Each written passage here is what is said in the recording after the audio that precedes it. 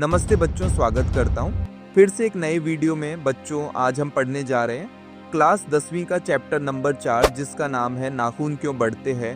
आज इससे हम एक वीडियो में ख़त्म कर देंगे। कहानी शुरू करने से पहले आपको बता दूं, अगर आपने हमारे टेलीग्राम ग्रुप को ज्वाइन नहीं किया है तो कर लीजिए। आप वहां पर फ्री में टेस्ट दे सकते हैं। और आप हमारे चैनल पर पहली बार आए हैं तो सब्सक्राइब कर दीजिए और वीडियो को लाइक कर दीजिए। तो चलते वीडियो की ओर।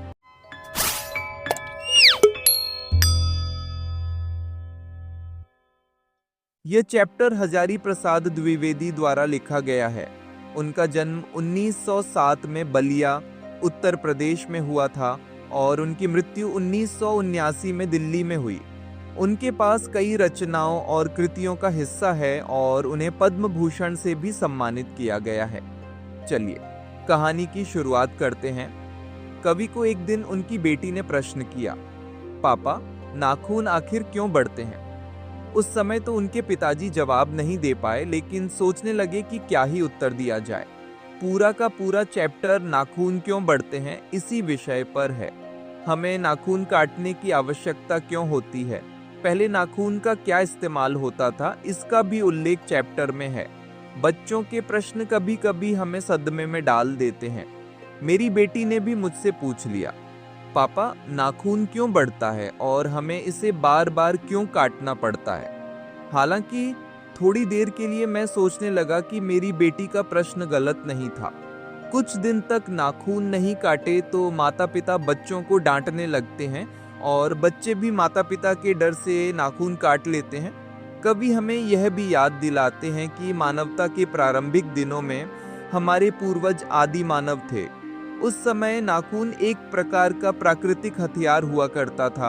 आदि मानव अपने नाखूनों का उपयोग अपने बचाव के लिए करता था, क्योंकि उस दौरान हथियारों का कोई उपयोग नहीं था। हालांकि जैसे जैसे मानवता ने विकास किया, भौतिक हथियार जैसे कि हड्डियों और धातुओं का उपयोग शुरू हुआ, नाखूनों का महत्व धीरे धीरे कम हो गया।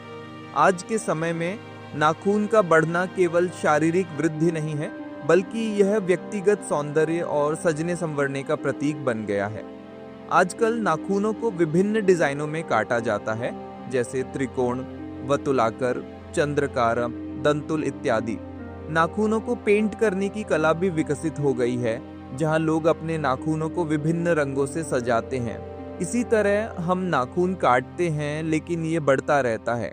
नीरलज की तरह नाखून बढ़ाना पशुत्व की निशानी है और इसे काटना मनुष्यता की निशानी है। हम मानव बने हैं, लेकिन नाखून फिर भी बढ़ते रहते हैं। कवि कालिदास का एक दोहा भी उद्धृत करते हैं, सब पुराने अच्छे नहीं होते, सब नए खराब नहीं होते। इसके आगे वह गौतम बुद्ध का एक विचार प्रस्तुत करते हुए कहते हैं कि मनुष्य की मानवीयता यही है कि हम दूसरों के सुख दुख में साथ रहें। कवि ये भी बताते हैं कि जब हमारा देश आजाद हुआ था, तब अंग्रेजों के अखबारों में स्वाधीनता दिवस कहा जाता था। स्वतंत्रता का अर्थ होता है किसी के अधीन से मुक्त होना। इससे हमें यह पता चलता है कि वह एक चीज और दो जगह अलग अलग चीज बताया गया है।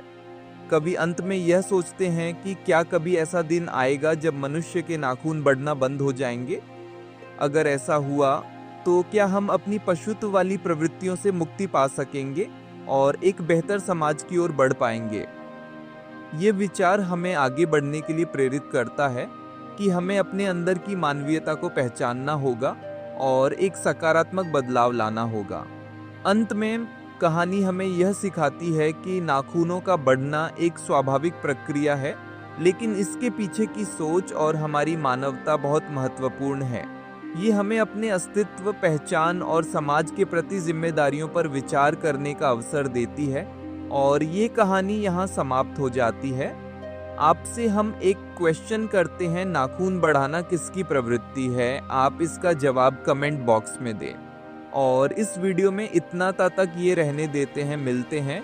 अगर अपने चैनल को सब्सक्राइब नहीं किया तो सब्सक्राइब कर दीजिए और वीडियो को लाइक कर दीजिए। मिलते हैं आपसे अगले वीडियो में।